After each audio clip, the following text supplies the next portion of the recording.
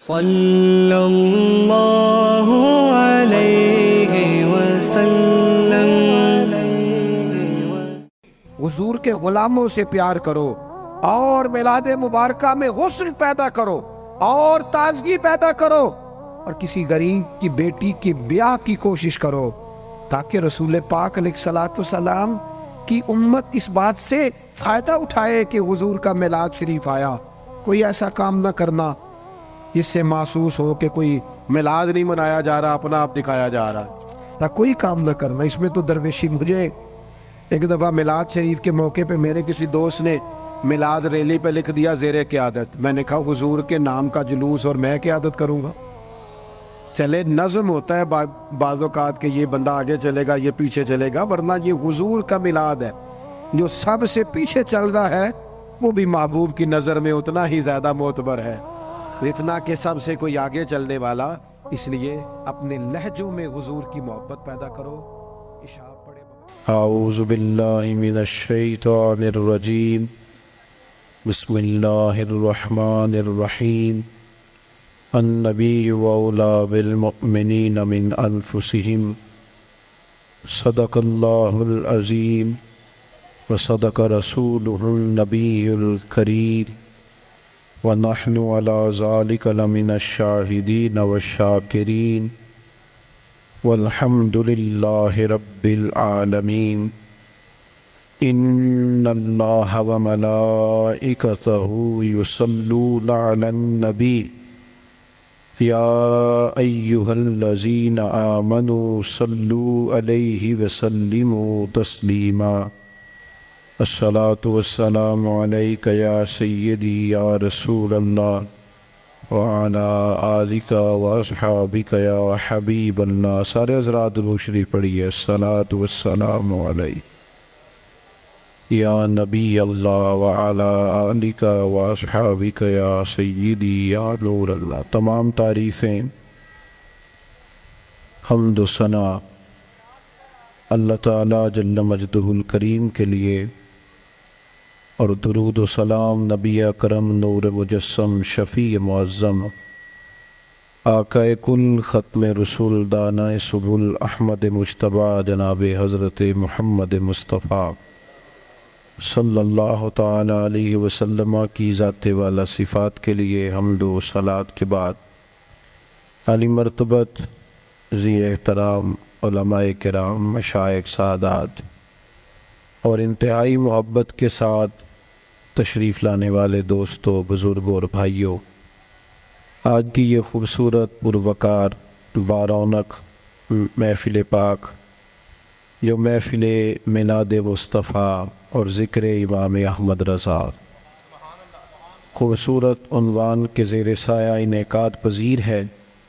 اللہ تعالیٰ اس محفل کا اہتمام کرنے والوں کو اس کا بہترین صلہ عطا فرمائے، اور ایک دعا اور کرنی ہے کہ اللہ کرے آپ موبائلوں پہ توجہ کم دیں اور میری بات پر زیادہ دیں، اس پر بھی آمین کہہ دیں۔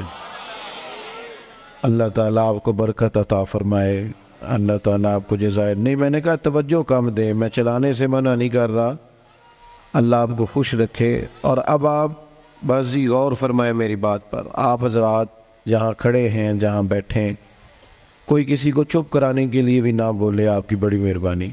ایک ہی بندہ بولے گا تھوڑی دیر تک، بس آپ کو اللہ بہت سی بہترین اس کی جزا عطا کرے۔ آپ میری بات پر تھوڑی دیر کے لیے توجہ فرمائیں۔ چند ایک باتیں مختصر وقت میں آپ کی خدمت میں عرض کرنی ہے۔ اللہ تعالیٰ نے قرآن مجید کے اندر ہمارے بہت سارے رشتے بیان فرمائے ہیں۔ ہمیں حکم دیا ہے کہ تم اپنے ماں باپ کی بھی خدمت کرو، اپنے پڑوسیوں کا بھی خیال کرو۔ صلہ رحمی کی تاکید بھی بہت ساری جگہ پہ کتاب و سنت میں موجود ہے۔ ہمارے بہت سارے رشتوں میں جو نزاکت پائی جاتی ہے، ماں باپ نے کس طرح بچپن میں ہمیں پالا، اس کا خیال کر کے بھی ہماری توجہ دلائی گئی کہ ہم اپنے ماں باپ کی خدمت کریں اور ہمیشہ ان کے لیے اپنے بازوؤں کو کھلا رکھیں، اف تک نہ کہیں۔ ساری چیزیں ہمیں سمجھائی گئیں اور سارے رشتوں کے بارے میں ہمیں بتایا گیا انسانیت کو اللہ نے جو کرامت عطا فرمائی ہے اس کا بھی بیان فرمایا. لیکن ان سب رشتوں میں دنیا کے اندر ہمارا جو سب سے زیادہ نازک، گہرا اور وارفتگی کا رشتہ ہے وہ رسول پاک کے ساتھ ہے صلی اللہ تعالی علیہ وسلم. اس رشتے کی نزاکت کو بھی قرآن پاک نے بیان فرمایا. فرمایا النبی اولیٰ بالمؤمنین من انفسہم، فرمایا یہ جو میرے نبی کریم علیہ السلام ہیں یہ مومنوں سے ان کی جانوں سے بھی زیادہ قریب ہیں. حضور علیہ السلام کے ساتھ ہمارے رشتے کی جو قربت ہے، جو نزاکت ہے، پھر غور کریں میری بات پر. قرآن مجید فرماتا ہے نبی پاک علیہ السلام تمہاری جانوں سے بھی تمہارے زیادہ قریب ہیں. کوئی آج تک یہ نہیں بتا سکا کہ جان انسان کے جسم کے کتنا قریب ہوتی ہے، تو یہ نہیں بتا سکے جان جسم سے کتنا قریب ہوتی ہے تو جو جان سے بھی زیادہ قریب ہے. اس نزاکت کو آپ سمجھیں. بعض چیزیں ایسی ہوتی ہیں جو انسان کے لیے بڑی زیادہ گہرائی رکھتی ہیں زندگی میں، بعض چیزیں ایسی ہوتی ہیں جو اس کے لیے بہت بڑا معنی رکھتی ہیں، اس کے اندر بہت زیادہ وہ انسان جذباتی ہوتا ہے.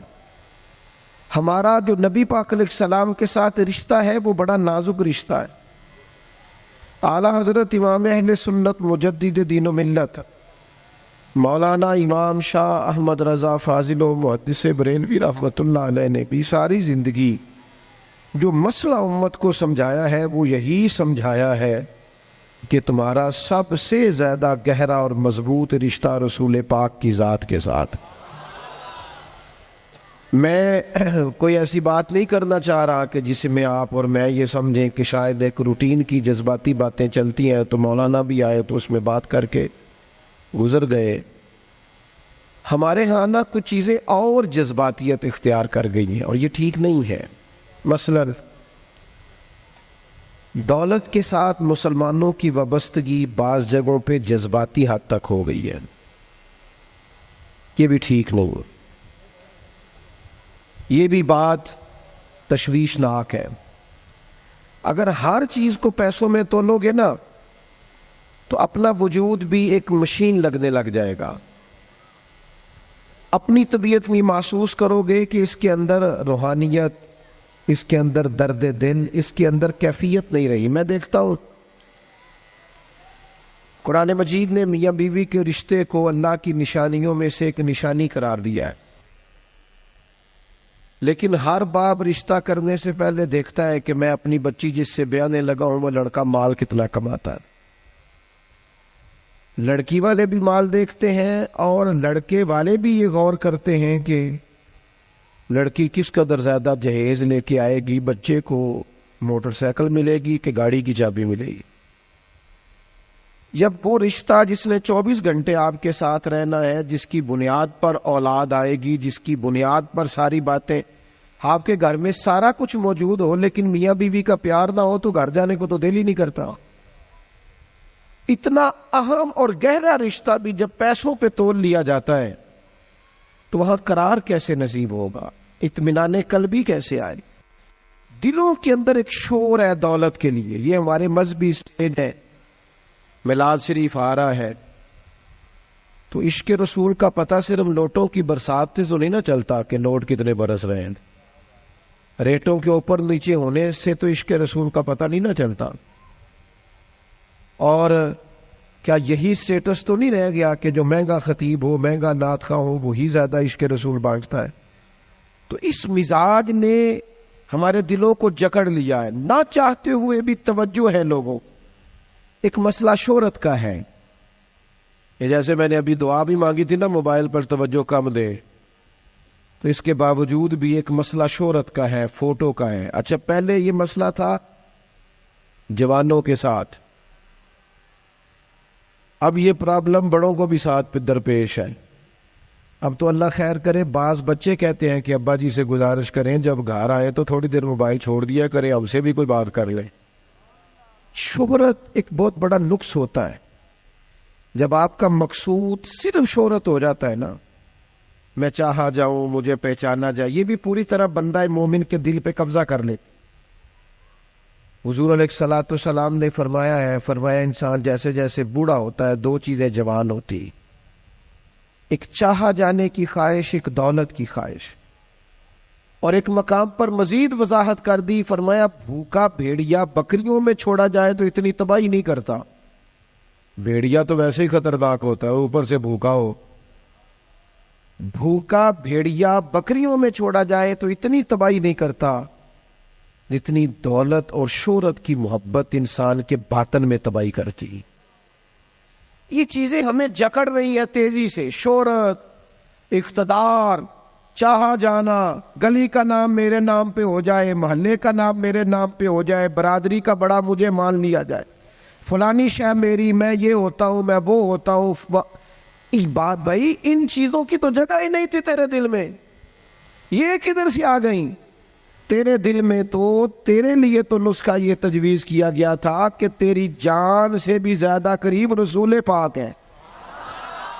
تجھے تو صبح سے شام تک دیکھنا تھا کہ تو نے محبوب کی نعت کتنی پڑھی ہے، تو نے تو دیکھنا تھا دل میں تڑپ کتنی ہے رسول پاک کے لیے، حضور کی سنت کا، شریعت کا پاس کتنا ہے.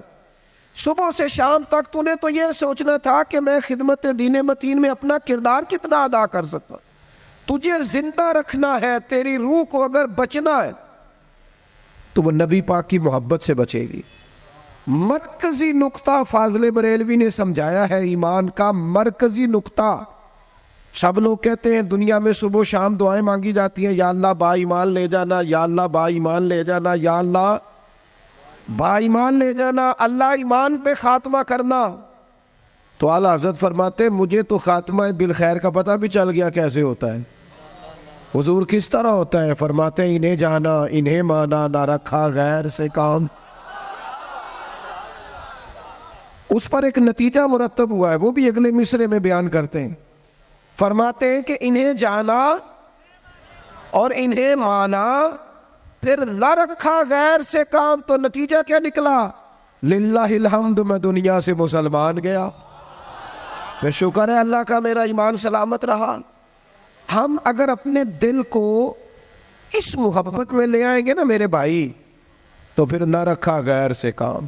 میں آپ کو یقین سے بتاتا ہوں، یہ بس کر دیں جی ڈرون شرون، ہمارا کیا لینا دینا ان چکروں سے. اللہ آپ کو جزائے خیر عطا فرمائے.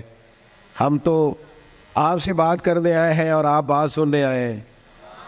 اللہ خیر فرمائے. کسی درویش کا آئینہ ٹوٹ گیا تھا، تو کہا جناب آئینہ ٹوٹ گیا ہے. فرمانے لگے چلو شکر ہے اپنا آپ دیکھنے سے جان تو چھوٹی. اپنا آپ ہی دیکھتے رہتے تھے. گرچہ آئینہ دیکھنا بری بات نہیں، لیکن صرف اپنا آپ ہی دیکھتے رہنا اور ہر وقت دیکھتے رہنا. خدا مجھے ایسی خدائی نہ دے کہ اپنے سوا کچھ دکھائی نہ دے. یہ بھی کوئی اتنا ٹھیک مسئلہ نہیں. آپ غور فرمائے کیا عرض کرنا چاہتا ہوں آپ کی خدمت میں میرے عزیز. ایک تو اگر میں بڑی سمجھداری سے اور بڑے غور سے اور بڑی توجہ سے آپ کو یہ بات سمجھانا چاہتا ہوں کہ اگر حضور سے پیار کرو گے نا، تو یہ جتنی دولتوں کی اور شہرتوں کی محبت دل میں آتی ہے یہ خود بخود نکل جائے گی، خود بخود نکل جائے گی، آسانی ہو جائے گی، جینا آسان ہو جائے. دوسری بات آپ کی خدمت میں عرض کروں، ہم نہ تازہ دم نہیں رہتے، ہم پریشان رہتے ہیں، ہم بور ہوتے ہیں، ہماری طبیعتیں بعض اوقات جلد بازی کرتی ہیں، ہم بعض اوقات الجھ جاتے ہیں، قرار تلاش کرتے ہیں. اس قرار کو تلاش کرنے کے لیے پھر بعض لوگ الٹی سیدھی موویز دیکھتے ہیں. بعض لوگوں کا خیال ہے کہ شاید میں کوئی لطیفہ سنوں گا تو معاملہ ٹھیک ہو، پھر اس کا نتیجہ بھی نکلا ہے لطیفے سننے کا. اب لطیفے سنانا بھی اتنا بڑا کام ہو گیا ہے کہ مولوی ہے پگڑی داڑھی والا، لیکن اس کے نام کے نیچے لکھا فنی مولوی. خدا کے بندے، یہ سنجیدہ اسٹیج ہے، دیندار لوگوں کا کرنے کا کام ہے. آپ کیا کر رہے ہیں؟ مولوی بھی فنی ہوتا ہے، 6 معنی دار ہے کہ ہمارا مزاج تھا ہر چیز شغل میلہ، ہر چیز ہنسنا الجھنا. میرے عزیز ہم چونکہ سکون چاہتے تھے، کچھ نے ادھر ادھر کی مووی دیکھ لی، کچھ نے ہنس لیا، کچھ سیر کو چلے گئے، کچھ کا خیال تھا کھانے کھا لیں گے تو سکون آ جائے گا. یاد رکھنا ان چیزوں میں سکون نہیں ہے. ان میں تو آپ الجھتے جائیں گے، مزید تو سکون کہاں ہے، قرار کہاں ہے؟ آپ کبھی صحابہ کی زندگیاں دیکھیں نا، حالات جس طرح کے بھی تھے نا، ان کو جو سکون ملتا تھا وہ رخ مصطفیٰ سے ملتا تھا۔ ان کی طبیعت پوری لگ گئی تھی کہ حضور علیہ السلام کی جو یادیں ہیں وہ دل کو تازہ کرتی۔ ان کا خیال تھا کہ باہر اگر کسی چیز کا نام ہے تو وہ ذکر مصطفیٰ ہے، یاد مصطفیٰ ہے اور دیدار مصطفیٰ ہے۔ اعلیٰ حضرت مفتی ہیں، فتویٰ دیتے ہیں، اعلیٰ حضرت مفسر قرآن ہے، کنز الایمان بذات خود ایک تفسیر ہے، ترجمہ ہی تفسیری ہے۔ اعلیٰ حضرت محدث ہیں، وہ جب احادیث مبارکہ کا حوالہ دیتے ہیں تو یوں لگتا ہے کہ جیسے بڑی گہری نظر ہے ان کی، راویان حدیث پر بھی، اصول پر بھی، اور حافظہ بھی مضبوط ہے حفظ حدیث کے لحاظ، ساری چیزیں ان کے پاس تھیں۔ لیکن وہ پتہ کیا کہتے تھے؟ کہتے تھے یہ جو میرا دل چمکدار ہے نا، اور یہ جو میری طبیعت ہلکی پھلکی ہے، اس کی وجہ یہ ہے کہ ان کی مہک نے دل کے غنچے کھلا دیے۔ یہ میں نہیں آپ کو تقریر سنا رہا، میں تو جذبات کا اظہار کر رہا ہوں۔ ان کی مہک نے دل کے غنچے کھلا دیے ہیں۔ تو کیوں غنچے کھلا دیے؟ کہتے میرے نبی کا کمال یہ ہے کہ وہ جس راہ چل دیے ہیں کوچے بسا دیے، وہ جس راہ بھی چل دیے ہیں کوچے، حضور پر تھوڑا گزر جائے تو کام ہو جاتا ہے، قرار، سکون، سارے دکھ مٹ جائیں گے اگر دل حضور سے لگا لو گے، اگر محبتوں کا مرکز رسول پاک کو بنا لو گے۔ آپ دیکھیں احد کے میدان کے اندر کافر نے ایک بڑی عجیب سازش کی مسلمانوں کو پریشان کرنے کے لیے، اور بھئی آپ لوگوں کی وجہ سے اگر اتنے لوگ تکلیف میں ہیں تو آپ کو سمجھ جلدی سے بیٹھ جائیں جی، جلدی سے جی، فیصلہ کرنے میں اتنی دیر، اللہ آپ کو سلامت رکھے، بیٹھ جائیں جی، اب آپ کھڑے ہیں جناب، آپ ہی بیٹھ جائیں، اللہ آپ کو برکت عطا فرمائے۔ اچھا ایک بندہ محفل میں کھڑا ہو جاتا ہے موبائل لے کے، اللہ انہوں سمجھنا چاہیے کہ باقی سارے کل بھی ہیں موبائل۔ خدا کے بندے آپ کی وجہ سے اتنے لوگ پیچھے اگر پریشان ہیں تو آپ کو سمجھنا چاہیے اس چیز کو۔ اللہ تعالیٰ آپ سب کو ہنستا اور مسکراتا رکھے۔ نبی پاک کی ذات سے جب آپ کی کامل وابستگی ہو جائے گی نا تو حضور کی ذات والا کا پیار، اور پیار لاروں والا نہیں ہونا چاہیے، خالی جلسے محفل میں اور مائک ہاتھ میں آیا تو عشق کا دعویٰ تگڑا، خالی اس طرح نہیں، تنہائی میں بھی تو روئے حضور کی بارگاہ۔ ایک محفل میں ایک دفعہ حاضر تھا تو ایک نعت خواں بچہ میرے پاس آیا، کہنے لگا جی میری سفارش کر دیو، میں بھی حضور دی بارگاہ چ حاضری لوانی ہے۔ میں کہ پتر تو گھر جا کے پڑھ لے، اتنے بھی حاضری لگ جائے گی کہ 4000 بندہ چاہیے حاضری لوان لی، حضور کی بارگاہ میں تو جہاں بیٹھ کے بھی پڑھے حاضری لگ جاتی ہے۔ اس کے لیے کیا ساج سمر کے مجلس ہی فقط ہو تو حاضری لگتی ہے؟ یہ بھی اعلیٰ حاضری ہے، پر وہ تو واللہ وہ سن لیں گے اور فریاد کو پہنچیں گے ہم۔ بس اتنا تو ہو، کوئی فریاد کرے دل سے، تو بات تو دل سے کر۔ آپ کی جب کامل وابستگی حضور سے ہو جائے گی نا تو یہ غربتوں کا ڈر، یہ پریشانیاں، یہ آزمائشیں، ایک جگہ رونا نہیں رویا حضرت بلال نے کبھی اپنی غریبی کا، ایک جگہ پریشان نہیں ہوئے کبھی حضرت سلمان فارسی کے میں پردیسی ہوں، ایک جگہ بھی کبھی جناب صہیب رومی کو تکلیف نہیں ہوئی۔ کیوں بلا؟ اس لیے کہ حضور کی محبت ایسی دوا ہے جو ہر بیماری سے شفا عطا کر دیتی۔ احد کے میدان میں کافروں نے ایک چال چلی تھی، ان کو پتا تھا کہ کون سی بات مسلمانوں کو زیادہ پریشان کر سکتی ہے۔ انہوں نے ایک افواہ پھیلا دی تھی کہ معاذ اللہ حضور کو شہید کر دیا گیا، اس کی وجہ سے شدید پریشان ہوئے صحابہ، اور جنگ کے جو نتائج برعکس آئے اس کی بڑی وجہ یہ افواہ بھی بنی۔ اب صحابہ بڑے پریشان تھے، حضور شہید ہو گئے۔ کچھ لوگ نا میدان احد سے جب واپس آ رہے تھے نا جنگ ختم ہونے کے بعد، ایک خاتون جا رہی تھی میدان جنگ کی جانب۔ عورتیں اپنے مزاج کے لحاظ سے کمزور ہوتی ہیں قلبی طور پر، اور بڑی خوبصورت بات لکھی ہے علماء نے، کہتے ہیں عورت کے دل میں درد زیادہ ہوتا ہے نا، پیار زیادہ ہوتا ہے، اور یہ جو وہ کمزور واقعہ ہوئی ہے اسے عیب نہ سمجھو، اسی لیے تو اللہ نے بچے کو پالنے کا ذمہ اس کا لگایا ہے کہ وہ شفقت زیادہ رکھتی ہے، محبت زیادہ رکھتی ہے، درد دل زیادہ رکھتی، اس لیے جس درد سے وہ بچے کو پال لیتی ہے نا. میرا بیٹا ایک دن گھر میں کچھ پکا ہوا تھا، اس کی اماں کہنے لگی کھانا کھاؤ، کہندا ہے میں نہیں کھانا. وہ دی اماں کہندی میں بڑا زور لایا، بڑی محنت کی، بڑی گرمی چ پکایا، اج تے ہی کھانا پڑا ہے. کہنے لگا میں نہیں کھانا، میں آرام سے کھانا کھا رہا ہوں. اب وہ ماں بیٹا بحث کر رہے ہیں. تھوڑی دیر گزر گئی تو مینوں کہندی تسی کیوں نہیں بول دے؟ میں کہا مینوں پتہ ہے کنے جیتنا ہے، تھوڑی دیر بعد کھلو جاؤ، مینوں پتہ ہے کنے جیتنا ہے. وہ بچہ اٹھ کے اندر چلا گیا، کہنے لگا میں نہیں کھاندہ، تسی کھاؤ. وہ پھر 5 منٹ لنگے تو وہ پکانا شروع کرتا جو بچہ کہہ رہے ہیں. تو میں کہا میں نے تو پتہ ہے نا نتیجہ کی ہے، تو اس بحث میں جانے کی ضرورت ہے. اس لیے کہ ماں اولاد کے سامنے ہمیشہ ہی ہار جاتی ہے. وہ اولاد کے سامنے جیت سکتی، وہ نہیں جیت سکتی نا. شفقت ایسی ہے. عورتیں مزاج کے لحاظ سے اللہ تعالیٰ نے نرمی دی ہوتی، اس کو عیب نہ جانا جائے، یہ اللہ تعالیٰ نے انہیں ودیت کی ہے چیز. تو خاتون جا رہی ہے میدان احد کی جانب، وہاں سے صحابہ آ رہے، تو خاتون پوچھتی ہے صحابہ سے حضور کا کیا حال ہے؟ تو ایک صحابی اپنے لہجے میں گویا کہنے لگے خبر مشکل ہے پر تجھے سنانی بھی ضروری ہے، اس جنگ میں تیرے بھائی کا انتقال ہو گیا ہے. بہن کے لیے اس سے بڑی بھی کوئی خبر ہوگی کہ بھائی کا انتقال ہو گیا؟ وہ خاتون نے یہ خبر سنی، اِنَّا لِلَّهِ وَإِنَّا إِلَيْهِ رَاجِعُونَ پڑھا، آگے گزر گئی. اگلے صحابی سے جا کے پوچھتی ہے حضور کا کیا حال ہے، اور بے چین ہے، دوڑی جا رہی. یہ میری بات کو سمجھے آپ، کسی ایک جگہ جب آپ کی محبت کا غلبہ ہوتا ہے تو پھر بعض غم لگتے ہی نہیں. آپ کی کیفیت ہی اور ہوتی ہے زندگی گزارنے میں. آگے بڑھی، ایک اور صحابی ملے، ان سے پوچھتی ہے حضور کا کیا حال ہے؟ تو کہنے لگے میرے پاس تیرے لیے ایک بڑی سخت خبر ہے، تیرے شوہر کا انتقال ہو گیا. اس نے تھوڑی دیر کے لیے خاموشی اختیار کی، اللہ کی رضا پہ راضی رہنے کے کلمات ادا کی اور آگے بڑھی. ایک اور شخص سے سوال، یہ ذرا سوچتے جانا، یہ خبریں اگر اچانک ملیں، بھائی چلا گیا ہے، باپ چلا گیا ہے، اس کو سوچنا، اپنے اوپر طاری کرنا، خدا نہ کرے ایسا ہو. پر جب خبر ملے تو کیفیات کیا ہوتی ہیں.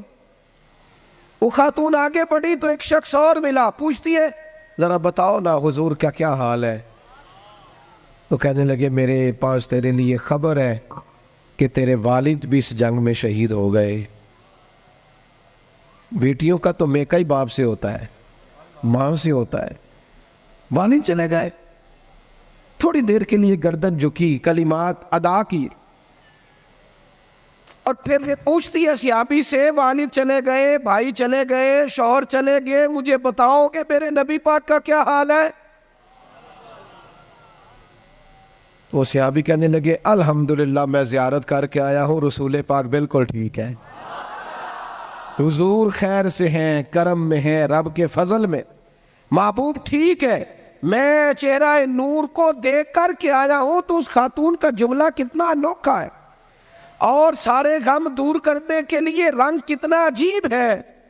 وہ خاتون کہنے لگی میرے اوپر اچانک خبریں آئی ہیں، غموں کے پہاڑ ٹوٹے ہیں، لیکن اگر حضور موجود ہے تو پھر کوئی غم ہے ہی نہیں، پھر کوئی دکھ ہے ہی نہیں. او کچا رنگ للاری والا جیڑا چڑھ دا تے لیندا رہندا، اے عشق تیرے دا رنگ محمد چڑھ جائے پھر نہیں لیندا. یہ اتنا پکا چڑھ گیا ہے کہ اب کوئی اور تکلیف رہی نہیں. میرے عزیز یاد رکھنا، یہ سارے غم دور ہو جائیں گے. یہ سارے غم کیا کہتے ہیں اعلیٰ حضرت، ان کے نثار کوئی کیسے ہی رنج میں ہو. یہ دیکھو، یہ پیچھے احادیث کا ذخیرہ ہے اور پھر امام کا طریقہ سمجھانے کا. کہنے لگے ان کے نثار کوئی کیسے ہی رنج میں ہو، وہ جب یاد آ گئے ہیں سب غم بھلا دیے ہیں. وہ جب یاد اسی لیے کسی پنجابی کے شاعر نے بھی ایک بندے سے کہا تھا او نا علمہ وچ پھسا سانو تو یار دی گل سنا سان. اس لیے کہ جب وہ یاد آ گئے ہیں سب غم بلا. نبی پاک علیہ السلام کی محبت تازہ. اور ایک اور بات,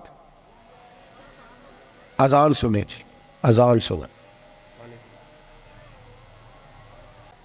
اور وہ حاوی یہ ہوتا ہے کہ ہم نہ کسی کی پیروی کر رہے ہوتے ہیں, اور کچھ لوگ تو شعوری طور پہ کر رہے ہوتے ہیں, کچھ لا شعوری طور پر بھی کر رہے ہوتے ہیں.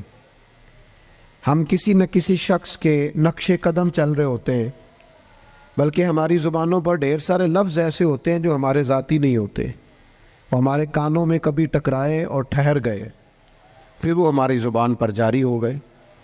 ہم شعوری اور لا شعوری طور پر کسی کے, یہ جو لوگ بالکل باغیانہ گفتگو کرتے ہیں نا اپنے ماحول سے, سخت بغاوت کی, ان لوگوں نے بھی کسی ایسے شخص کی صحبت اٹھائی ہوتی ہے جس کا مزاج یہ نہیں ہوتا. یہ جو لوگ بہت زیادہ زندگی میں شکوے پیدا کر لیتے ہیں, اور شکوہ جو ہوتا ہے یہ بندے کو بے چین رکھتا ہے, شکر جو ہوتا ہے یہ بندے کو سکون میں رکھتا ہے. خدا جانے بلندی ہے کہ پستی پر جہاں میں ہوں وہاں کوئی نہیں ہے. انسان جب مقام شکر پہ آتا ہے تو اطمینان قلبی اسے حاصل ہوتی ہے, اللہ کی نعمتوں کو یاد کرتا ہے, اس کی زندگی اور طرح کی ہو جاتی ہے. ہم کسی نہ کسی شخص کی پیروی کرتے ہیں, کسی نہ کسی کے پیچھے چلتے ہیں. دنیاوی طور پر اگر ہم کسی بندے کی پیروی کریں گے, عام لوگوں کو اپنا آئیڈیل بنائیں گے, تو ظاہر ہے کہ انبیاء علیہ السلام کے علاوہ, فرشتوں کے علاوہ معصوم کوئی نہیں ہوتا, کہیں نہ کہیں کمزوری رہ جاتی ہے. تو بعض اوقات بہت لوگ تیزی کے ساتھ آگے بڑھتے ہیں, مایوس ہو کے لوٹتے ہیں.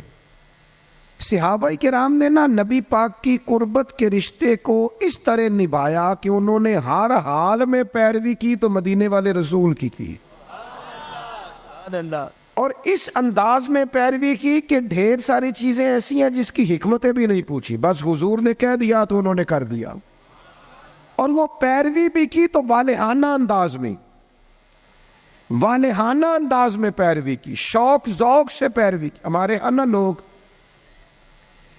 عمل کرنے کے معاملے میں, دین پر عمل کرنے کے معاملے میں رخصتیں تلاش کرتے ہیں, گنجائشیں ڈھونڈتے ہیں, حیل و حجت سے کام لیتے ہیں, بہانے کرتے ہیں, تاریخیں دیتے ہیں, بس میں عمرہ کر رہا ہوں اس کے بعد میں نیک ہی ہوں, کے بعد 2 بچے رہ گئے شادی کر لوں, پھر اس کے بعد انشاءاللہ میں مسجد میں ہوں. تو دین تو آپ کو یہ کہتا ہی نہیں آپ سارا دن مسجد میں بیٹھے, دین تو کہتا ہے 5 وقتہ جماعت کے ٹائم ضرور آ جایا کریں. ہم بہانے کرتے ہیں. اور بہت سارے لوگ ایسے ہیں, میلاد منانے کا سب سے بہترین وقت پتہ کیا ہوتا ہے؟ جب آپ کے بچی اور بچے کی شادی ہوتی ہے, گھر میں خوشی کا ٹائم ہوتا ہے نا, اس وقت رب رسولوں کے جو دشمن ہیں ان کی ثقافت گھر میں آ گئی, تو پھر آپ نے سمجھا نہیں دین کے مزاج کو. میں تو دیندار مانتا ہی اس بندے کو ہوں کہ جب اس کے گھر میں شادی ہو تو پھر پتہ چلتا ہے کتنا دیندار ہے. مسجد میں تو سارے دیندار ہوتے ہیں, کل جنازے 10ویں چہلم پہ سارے دیندار ہوتے ہیں. یہ تو پتہ ہی تب چلے گا بھائی جب تیرے بچے کی شادی ہوگی. اب تو شریعت کے تقاضے کتنے پورے کرتا ہے, تیری خوشیوں میں اللہ رسول کا ذکر کتنا ہے. اب تیری توانائی کا پتہ چلے گا کہ تو نے برادری سے, قبیلے سے, رسموں سے بغاوت کر کے نبی پاک کی پیروی کی ہے, یا تو حضور کی شریعت ایک طرف تھی اور رسم و رواج ایک طرف تھے اور تو رسم و رواج کا قائل ہو گیا. صحابہ کی زندگی کا معیار ہی یہ تھا کہ قبیلے کچھ کہتے تھے, علاقے کچھ کہتے تھے, ماں باپ کچھ کہتے تھے, باقی سارے کچھ کہتے تھے, لیکن وہ کہتے تھے ہم نے تمہارے رنگ ڈنگ نہیں دیکھنے, ہم نے تو مدینے والے کی محبت کے رنگ دیکھنے. بغاوت کی ان لوگوں نے, بغاوت. لوگ کہتے ہیں جی سارے یہ کر رہے ہیں, نیکیاں جمہوری ہوتی ہیں, ملک جمہوری ہے, نیکیاں نہیں جمہوری ہوتی کہ سارے کریں گے تو پھر میں کروں گا. نیکی نیکی ہوتی ہے. جناب صدیق اکبر کو پتہ چل گیا نا حضور کی غلامی کرنی ہے, پھر انہوں نے باقی شہر کا انتظار نہیں کیا کہ وہ بھی کلمہ پڑھے گا تو پھر میں پڑھوں گا. انہوں نے کہا بس ختم ہو گئی بات, ہمیں سمجھ آ گئی ہے, اب ہمیں کسی اور کی ضرورت نہیں, ہم دروازہ رسول کی غلامی کرتے رہیں گے. میرے عزیز, والہانہ انداز میں حضور کی غلامی, جہاں نبی پاک کا فرمان آ گیا کسی اور چیز کی ضرورت نہیں, جہاں حضور کے دین کی بات آ گئی فقط دین اسلام پر عمل ہوگا. جب تک یہ مزاج نہیں بنتا. ہم یہ ابھی کچھ عرصہ پہلے کی بات ہے، لمبی نہیں. فیملی میں، برادری میں شادی تھی کلولے میں ہمارے عزیزوں میں، تو میرے دادا جان سے مشورہ لیا انہوں نے کہ میرج حال میں شادی کرنی ہے. تو دادا جان ناراض ہو گئے، کہنے لگے کڑیاں کرو ٹوری دیا نے، میرج حال نہیں جانا. یہ بھی 15 18 20 سال پرانی بات. لیکن اس کے بعد میرج حال کا رواج آیا تو دیہاتوں میں بھی بن گئے میرج حال. کوئی حرج والی بات بھی نہیں، کوئی ایسی سخت بات نہیں. لیکن ایک آپ کو بات سمجھا رہا ہوں کہ ہر آنے والا رواج ہم پر حاوی ہو جاتا ہے کہ نہیں ہو جاتا. اور مجھے ایک دفعہ ایک دوست ہے میرے، میں نے ان سے کہا قرآن جی سیکھ لیں. کہنے لگے زبان موٹی ہو گئی ہے. میں کہ موبائل تے سارا دن چلانا ہے تو اے نہیں تو آخیا عمر بڑی ہو گئی سیکھیا نہیں جانا، واٹس ایپ تے تینوں کرنا آ گیا ہے، اس کے لیے تو نے کوئی مسئلہ بہانہ نہیں کیا کہ اس عمر میں سیکھوں. یہ دفتروں میں کل آیا، ابھی دفاتر کے اندر ابھی تھوڑا عرصہ پہلے کمپیوٹر آیا، ورنہ رجسٹر ہوتے تھے اسی پر ہی کام ہوتا تھا. مجھے بتاؤ کمپیوٹر آیا تو کیا جن ملازمین کو 25 سال ہو گئے تھے ڈیوٹی کرتے انہوں نے ریزائن کر دیے کہ ہم سے نہیں سیکھا جاتا چھٹی؟ کیے لوگوں نے کورسز کیے، سیکھا ہے. عمر کا کیا مانو، بہانے کرتے ہو؟ حضور کی محبت کی کوئی عمر ہوتی ہے؟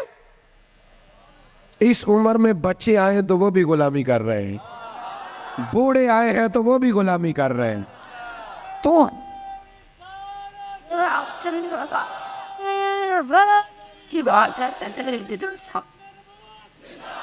نبی پاک کی بات ماننی ہے تو والہانہ انداز میں ماننی ہے اور مزہ لے کے ماننی ہے، اور کہنا ہے میرے لیے کوئی حرف آخر ہے تو ذات مصطفیٰ ہے. حضور جمعے کا خطبہ دے رہے تھے، ایک شخص کھڑے ہو گئے تو نبی کریم نے نا جمعہ پڑھاتے پڑھاتے فرمایا بیٹھ جاؤ. ایک بندے سے کہا تھا، نام نہیں لیا، اور حضور کا طریقہ تھا کبھی بھی سمجھاتے نا تو بائی نیم بات نہیں کرتے، مطلق لوگوں کو کیا ہو گیا، بیٹھ جاؤ. اس ایک بندے سے کہا تھا بیٹھ جاؤ. ایک ذرا اس کونے میں تھے، مسجد کی گلی میں تھے، ان کے کانوں میں آواز گئی بیٹھ جاؤ، وہ وہی بیٹھ گئے.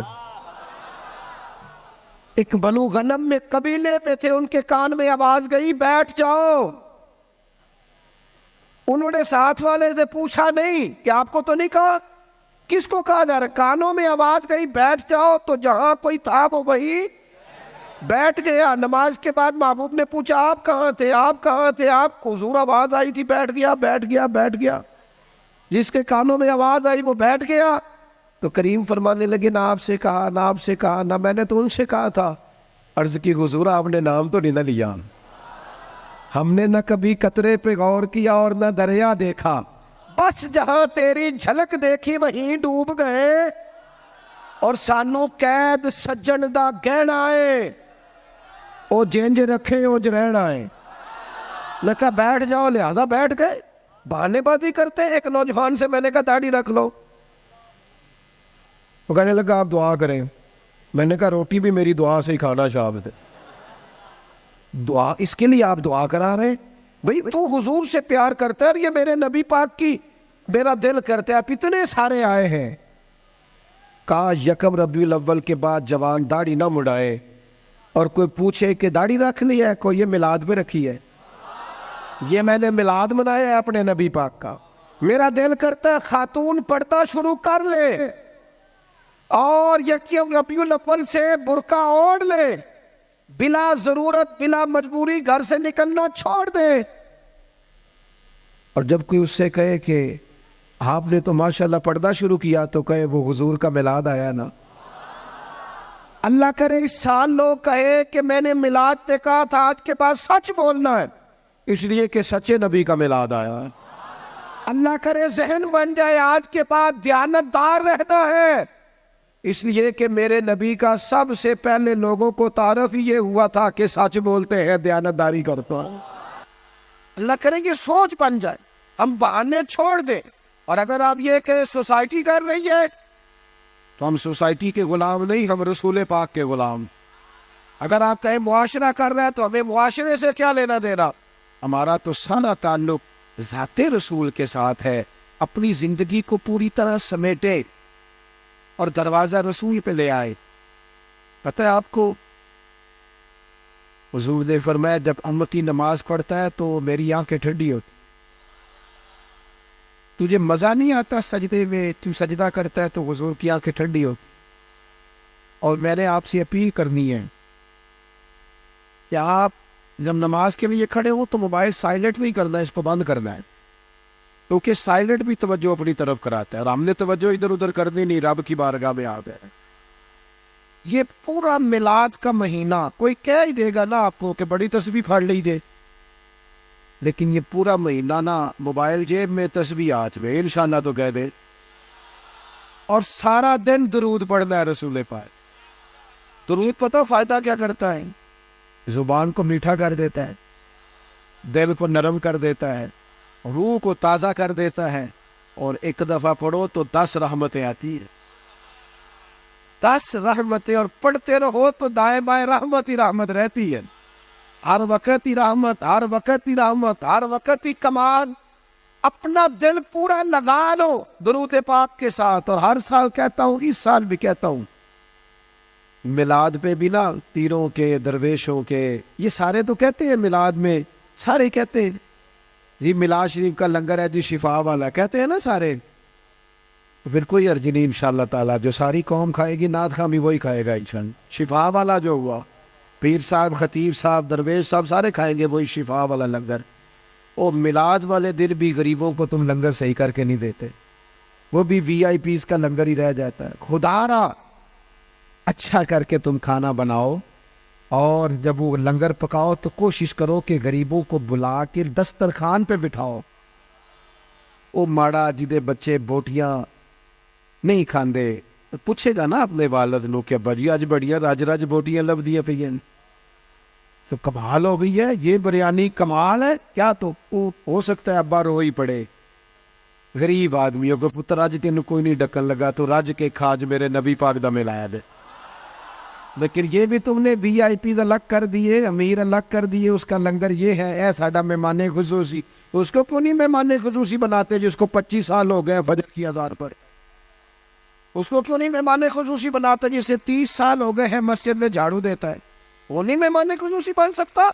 صرف اس کے ہاتھ میں نوٹوں کی دتھی نہیں. کرو مت ہے اہل دول رضا, پڑے اس بلا پہ میری بلا, میں گدا ہوں اپنے کریم کا. یہ میرا دین پارائنا نہیں.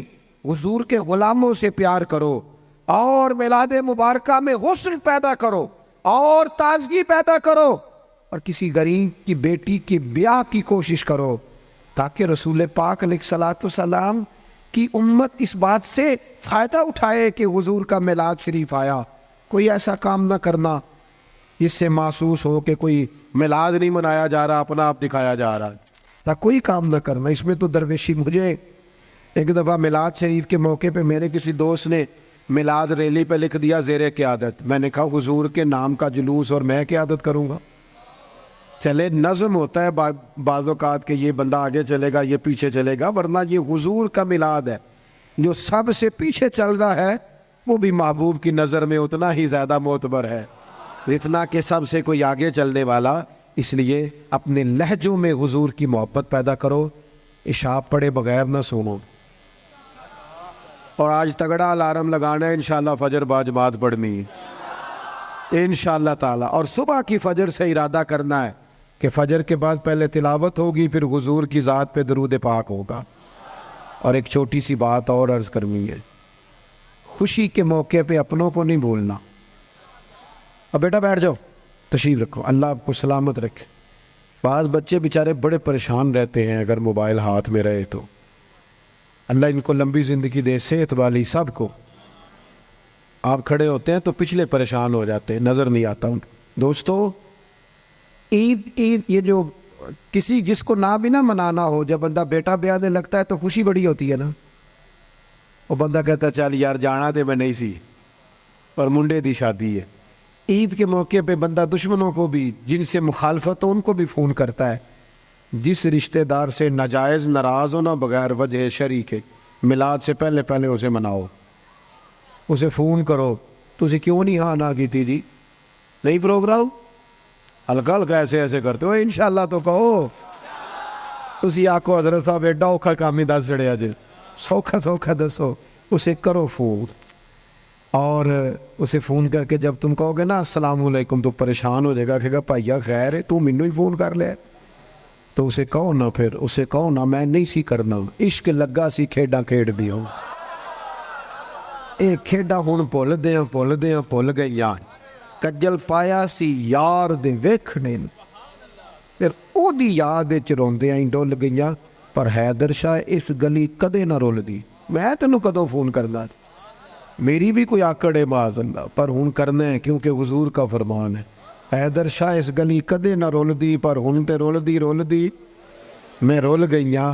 ہم نے اپنوں کو قریب کرنا ہے، پیار کرنا، میلاد کی بولی محبت کی بولی ہے، اور یہ خوب بولنی ہے، میں بلبل خوش لہجائے گلزار نبی ہوں، میٹھی میری باتیں ہیں کیونکہ نمک خار نبی ہو، اس لیے اس ذوق سے اس سال میلاد منانا ہے۔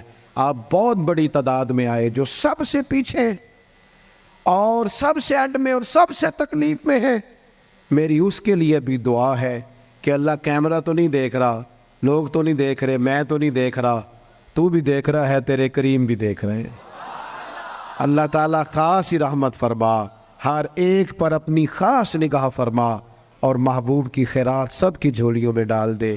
اللہ تعالیٰ میری آپ کی حاضری قبول کرے۔ سلام ہوگا اور پروفیسر صاحب انشاءاللہ دعا فرمائیں گے۔ چڑھ دے سورج ڈھل دے ویکھے، بجھے دیوے بل دے ویکھے، چڑھ دے سورج ڈھل دے